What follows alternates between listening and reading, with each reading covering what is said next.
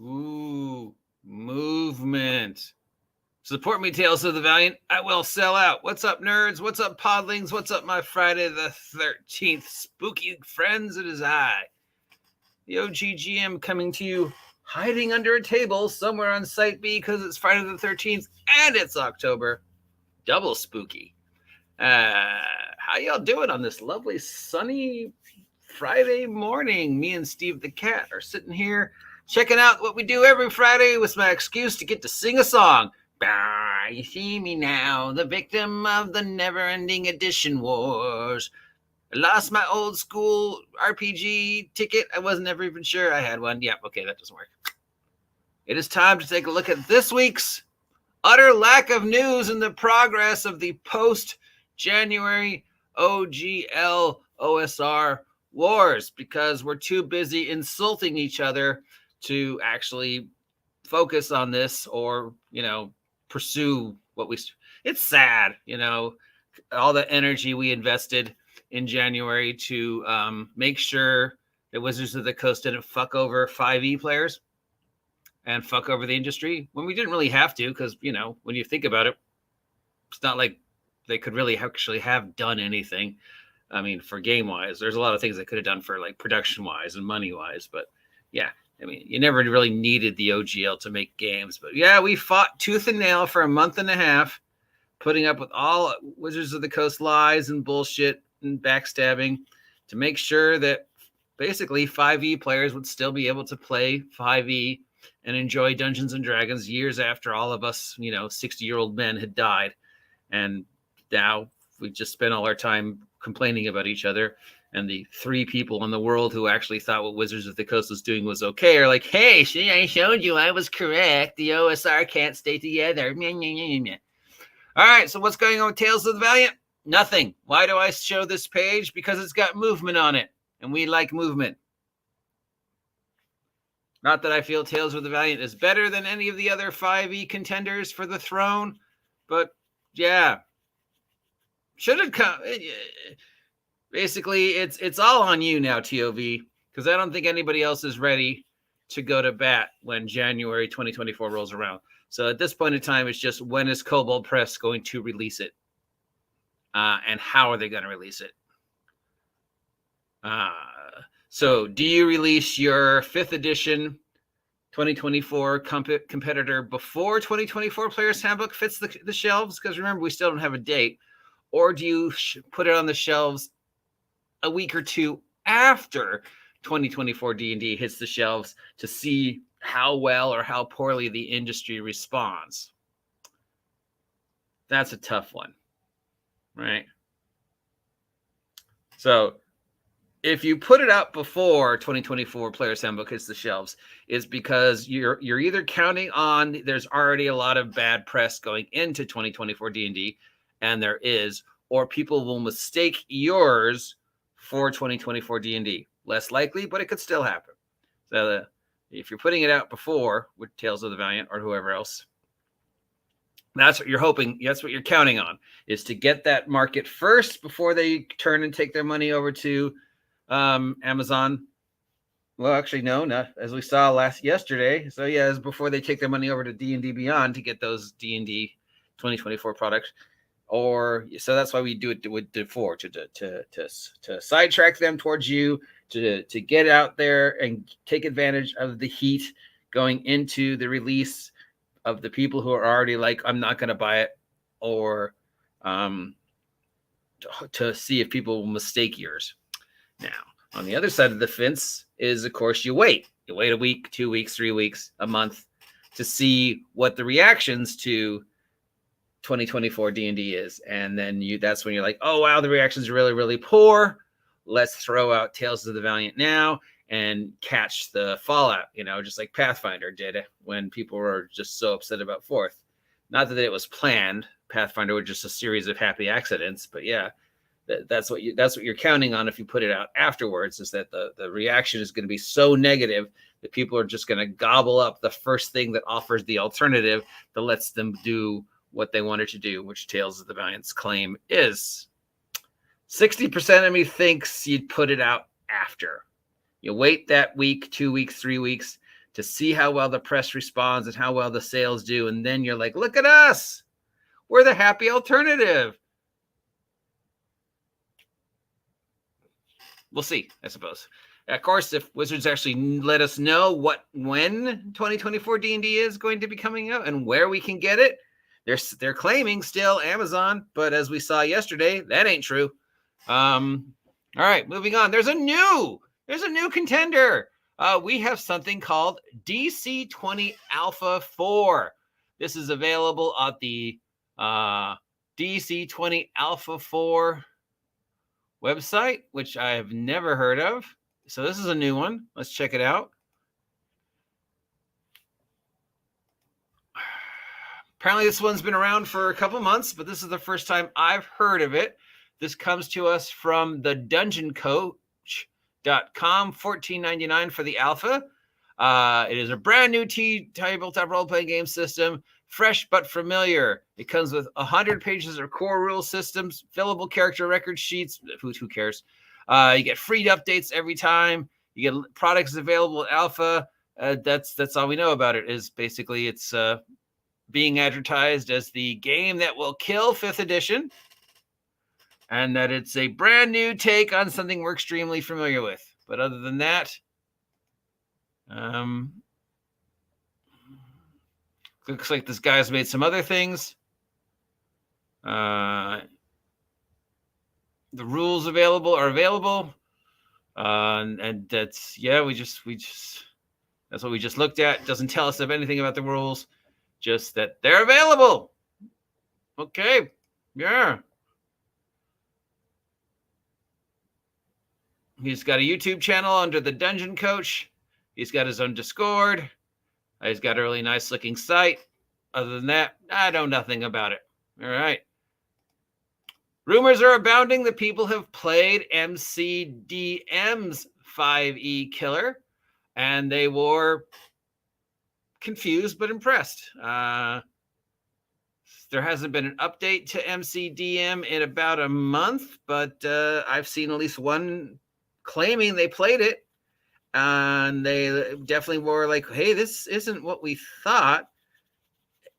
But I'm kind of like, well, if you paid attention to any of the videos before you went and play tested it, you probably would have known that it isn't a 5e retro clone. It's a 4e retro clone, if anything.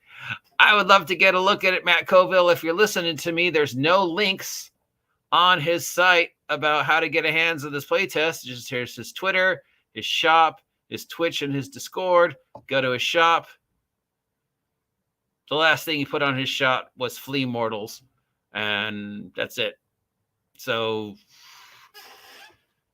you can now, there's a link. There's a link. Okay. Hey, a very hidden link, but a link. I'm going to post this link for you guys right here. Hold on a sec.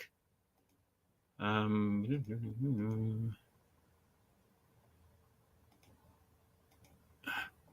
he uses some Spelljammer love for, so you can creating tabletop gaming contests and video, choose your membership.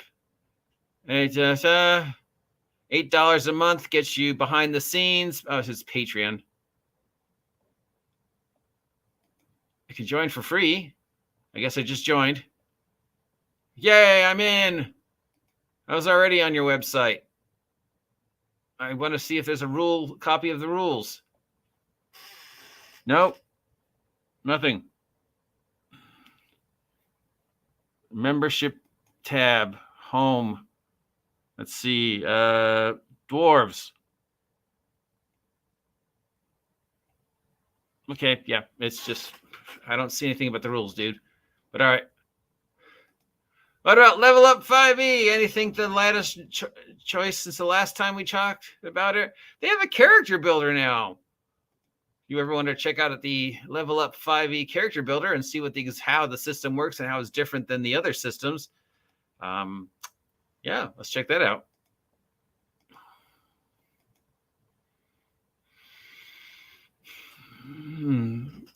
So as of today, looks like they're into phase 1 of the character builder.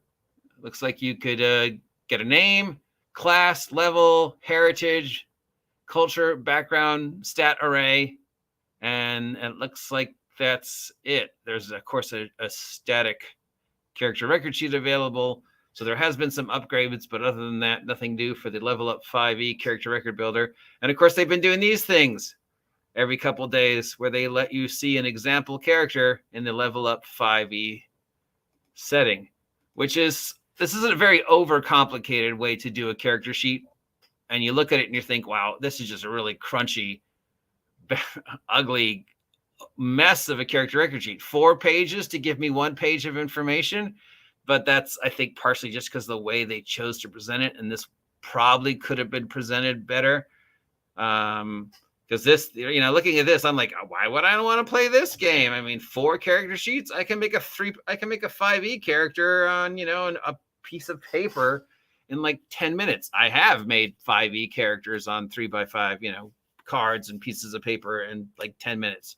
And this looks like it would take you more than 10 minutes. But that's just because of the way they chose to present it. So, yeah, this is a mistake. If this is your play our game, here's the example of what our game looks like and how it is better than 5th edition Dungeons and Dragons, my 5e brain is looking at this going, wait, no, this is way more complicated than 5e. Why do I need 4 pieces of paper for a character record sheet when I can make a character in 5e on 1 piece of paper? So this was a bad choice on their part to present it. I understand what they were trying to do is to show you everything you could do with our system. Look at everything we can do with our system. It's so many options and builds. But yeah, no, because this just is just overly complicated. It's a mess. There's too much information. There's too much empty space. There's too much black. Your eyes just look at it and go, wow, those black on white squares really hurt my eyes. And this is just too many pieces of paper. So yeah, this was a bad way to present the information. But it gives you a good example of how the system works. Blah.